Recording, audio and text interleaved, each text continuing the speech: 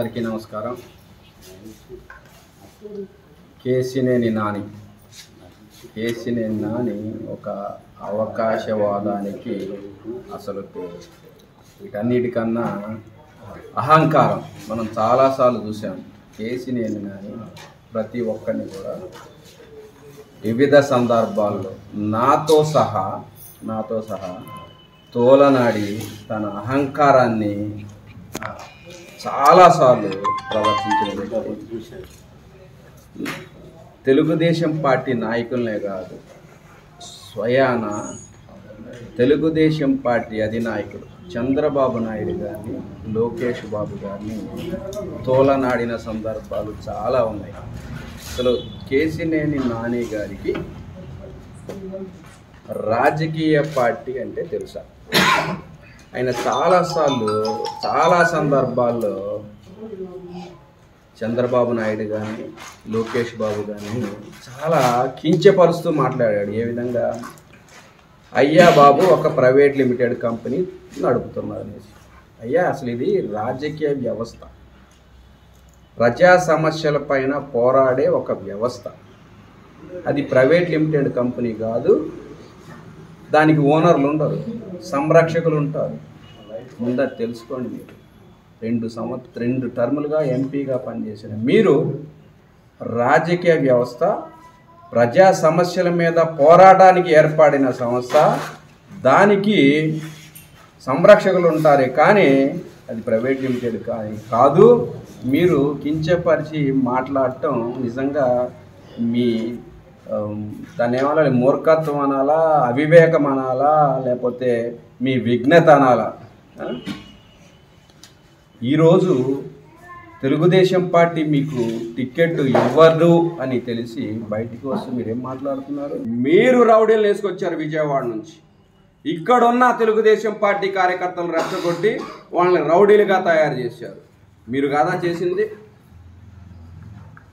వాస్తవాలు ఇవన్నీ ఉంటే ఈరోజు ప్రెస్ ముందుకు బయటకు వచ్చి రౌడీలతో మమ్మల్ని కొట్టించారంటారు.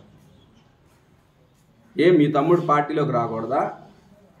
పార్టీ అంటే మీరు ఒక్కళ్ళే ఉంటారా? సేవ చేసుకుంటూ తెలుగుదేశం పార్టీ అన్నగారు స్థాపించిన పార్టీ అనేసి ముందుకు వచ్చి ఎన్టీఆర్ జిల్లాలో ఉన్న 7 నియోజకవర్గాలను కూడా ఒక తాటి మీదకి తీసుకొచ్చి ముందుకు వెళ్తుంటే అంటే మీకు అది ఓర్వలేకపోతున్నారా? చంద్రబాబు నాయుడు గారు ఏం చెప్పారు మీకు? తిరువూరు సభలో మిమ్మల్ని కలుగజేసుకోవద్దన్నారా? ఎందుకు అవాస్తవాలు చెప్తారు? వాస్తవాలు, చంద్రబాబు నాయుడు గారు మిమ్మల్ని గౌరవించి తిరువూరు సభని నడిపించమన్నారు. కేశినేని శివనాథ్ గారు సభకు సంబంధించినవి కూడా వెనక నుండి చూసుకుంటున్నారు. ఏర్పాట్ల విషయంలో శ్రమ చేసేదేమో చిన్ని గారు. నీకు గౌరవార్థం ప్రోటోకాల్ ప్రకారం స్టేజీ మీద ఎక్కి సభ నిర్వహించమన్నారు.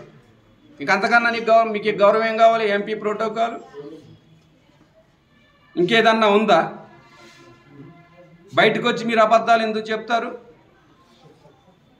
చక్కగా సభ నిర్వహించేసి తెలుగుదేశం పార్టీని ముందుకు తీసుకెళ్లాల్సింది పోయి సన్నాహక సమావేశానికి వచ్చి రసాభాస చేసి నిజంగా ఈరోజు మీరు చేసిన దుశ్చర్య వల్ల, మీరు చేసిన దుర్మార్గపు పని వల్ల 50 మంది తెలుగుదేశం పార్టీ కార్యకర్తలు కొంతమంది జైల్లో ఉన్నారు, కొంతమంది వాళ్ళ కుటుంబాలకు దూరంగా ఉన్నారు.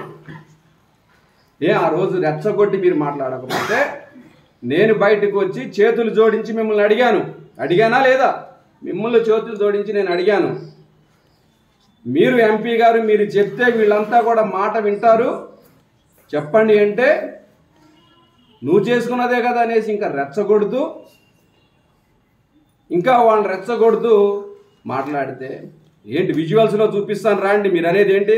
రారా, అరే వాడిని పట్టుకు రాండి రా. ఏ స్థాయి మీది? ఎంపీనా, వీధి రౌడీ స్థాయా? మీకు వాస్తవాలు చూపిస్తాను రాండి. సీసీటీవీలో ఉన్నాయి. నా ఆఫీసులో సీసీటీవీలో నేను చూశాను. మీరు చేసే కవ్వింపు చర్యలన్నీ కూడా సీసీటీవీలో ఉన్నాయి. మీకు ఈసారి అవకాశం లేదని బాబు గారు చెప్పకపోయినా మీరు అసౌకర్యము అభద్రతాభావంతో నాకు ఈసారి టికెట్ ఇవ్వరేమో అన్న ఇన్సెక్యూర్డ్ ఫీలింగ్తో బయటికి వెళ్ళి తెలుగుదేశం పార్టీ అన్నగారు స్థాపించిన తెలుగుదేశం పార్టీ మీద బురద చల్లి దొంగల పార్టీలో చేరతారా? ప్రజలంతా మిమ్మల్ని నమ్ముతారా?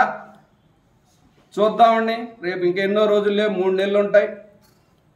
మీ సత్తా, మీ సమర్థత, నేను ఎంపీగా ఇండిపెండెంట్గా అయినా పోటీ చేస్తాను, అది చేస్తాను, ఇది చేస్తాను అనేసి మాట్లాడుతున్నారు కదా. చూద్దాం, ఇంకో 3 నెలలు ఉంది. మీ సత్తా సమర్థత ఏంటో. దొంగల పార్టీలో వెళ్ళిపోయి జాయిన్ అయ్యి మునిగిపోయే పడవలో నావలో మీరుండి ఇంకా మీ అహంకారంతో వాస్తవాలను తెలుసుకోకుండా నిజంగా మీరు తెలుగుదేశం పార్టీ మీద బురద అవుతున్నారు. నేను రతన్ టాటా లాంటి వ్యక్తినని చెప్తున్నారు. అసలు రతన్ టాటాతో వ్యక్తితో మీరు పోల్చుకోవడానికి అర్హత ఉందా నేను అడుగుతాను. రతన్ టాటా గారితో మాట్లాడడానికి అవకాశం ఎవరిచ్చారు? తెలుగుదేశం పార్టీ కాదా? తెలుగుదేశం పార్టీ ఎంపీగా గెలిస్తేనే కదా లోక్సభలో కూర్చునే అర్హత మీకు వచ్చింది. లోక్సభలో కూర్చునే అర్హత రాబట్టే కదా రతన్ టాటా గారితో మాట్లాడే గౌరవమైన స్థానం మీకు వచ్చింది. అంటే తెలుగుదేశం పార్టీ లేకుండా మీరు అన్నీ చేయగలుగుతారా? ఈరోజు నేనేదో బెంచ్ సర్కిల్ కట్టించాను, లేదంటే విజయవాడ అభివృద్ధికి నేనే చేశాను, ఎవరు లేదంటే మీకు ఏ విధంగా అవకాశం వచ్చింది? తెలుగుదేశం పార్టీ లేకుండా మీకు అవకాశం వచ్చేదా? నేను చెప్తున్నాను ఏమేమి అభివృద్ధి జరిగిందో. చంద్రబాబు నాయుడు గారితో కిలోమీటర్ల under ground drainage Chandrababu Naidu గారు అభివృద్ధి చేశారు. వరద బారిన పడకుండా రిటైనింగ్ వాల్ కృష్ణా రివర్ పక్కన. అలానే రాష్ట్రంలో మొదటిసారిగా ఐటీని ప్రోత్సహించే విధంగా గన్నవరంలో హెచ్సిఎల్ సెంటర్. ఇవన్నీ ఎవరు చేశారు? చంద్రబాబు నాయుడు గారు కదా, తెలుగుదేశం పార్టీ కాదా? మీరేమన్నా చేశారా? మీ సొంత నిధులతో చేశారా? 2000 కోట్లు నా సొంత ఆస్తి పోయిందని చెప్పారు. ఎక్కడ అభివృద్ధి చేశారు మీరు? 2000 కోట్లు పెట్టి ఏం అభివృద్ధి కనపడుతుంది విజయవాడలో? అంతా తెలుగుదేశం పార్టీ అండతోటి, తెలుగుదేశం పార్టీ గొడుగు కింద అన్ని అభివృద్ధి కార్యక్రమాలు చేసి ఈరోజు ఏదో నేను బెజవాడకి అభివృద్ధి చేశాను, బెజవాడకి నేనే చేసింది ఇంకెవరు లేరంటే మీ స్థానంలో ఏ ఎంపీ ఉన్నా కూడా చేస్తారు. అది ఏదో మీరు గొప్పగా సాధించిన అన్నది కాదు. నిజంగా ఈరోజు ఎంత దారుణమండి. మన లోకేష్ బాబు గారు పాదయాత్ర చేస్తుంటే విజయవాడ నడి బొడ్డు నుంచి బయటికి వెళ్తుంటే మీ ఆఫీసు ముందు నుంచి బయటకు లోకేష్ బాబు గారి పాదయాత్ర వెళ్తుంటే మీరు సపోర్ట్ చేయకుండా ఈరోజు ప్రెస్లు ఏం మాట్లాడతారు? మీరు లోకేష్ బాబు గారికి ఏం అర్హత ఉందని పాదయాత్ర చేస్తుంటారా? అసలు క్వశ్చన్ చేయడానికి నీకే అర్హత ఉంది? 2 సార్లు ఎంపీ అయిపోతే నీకు అర్హత ఉంటుందా? 2 సార్లు ఎంపీ అయితే వ్యక్తుల్ని shut up get out useless fellow అనే అర్హత ఉంటుందా? తిరిగి అదే వ్యక్తులు మిమ్మల్ని అంటే మీకు అసలు గౌరవం ఉంటుందా? మిమ్మల్ని గౌరవించి మా తెలుగుదేశం పార్టీ మా ఎంపీ అనేసి గౌరవార్థం మీరు ప్రతి ఒక్కరిని కూడా తోలనాడినా మా పెద్ద నాయకుళ్ళు అనేసి గౌరవించారు. ఈరోజు లోకేష్ బాబు గారిని మీరు ప్రశ్నిస్తారా పాదయాత్ర చేయడానికి ఏం అర్హత ఉందనేసి? చూశారు కదా పాదయాత్ర ఏ అర్హత ఉందో, ఎంత భారీగా జరిగిందో. ఈరోజు తెలుగుదేశం పార్టీ అంతా కూడా లోకేష్ బాబు వైపు చూస్తుంది. మీలాంటి అహంకారులకి, మీలాంటి తలపొగరున్న వ్యక్తులకి లోకేష్ బాబు గారు పడే కష్టం తెలియట్లేదు. ఈరోజు యువనాయకుడు కుప్పం దగ్గర నుంచి అన్ని రోజులు పాదయాత్ర చేస్తూ ఆ సైకోలు అడ్డుకుంటున్నా, రౌడీలు అడ్డుకుంటున్నా, ఈ ప్రభుత్వం పోలీసులు ఉపయోగించి అడ్డుకున్న అంత విజయవంతంగా పాదయాత్ర చేస్తే మీరు లోకేష్ బాబుకి అర్హత ఉందంటారా? దిగజారిపోయి దిగజారుడు మాట్లాడుతూ నిజంగా మీరు ఇలా చేయడం నిజం మీ విజ్ఞతకే వదిలేస్తున్నాం. ఎన్టీఆర్ జిల్లా ప్రజలు చాలా విజ్ఞానవంతులు, చైతన్యవంతులు. ఎవరికి ఏ విధంగా చేయాలో ఆ విధమైన గుణపాఠం చేస్తారు. అది త్వరలోనే రాబోయే 2 నెలల్లో తెలుస్తుంది. మీరు దొంగల పార్టీలు వెళ్ళి చేరారు. మీరేదో నిజాయితీ పరుడు, నేనేమి దాచుకోలేదు అన్నారు. దొంగల పార్టీలు వెళ్ళి జాయిన్ అయ్యారు కాబట్టి మీకు కూడా అదే ముద్ర వస్తుంది.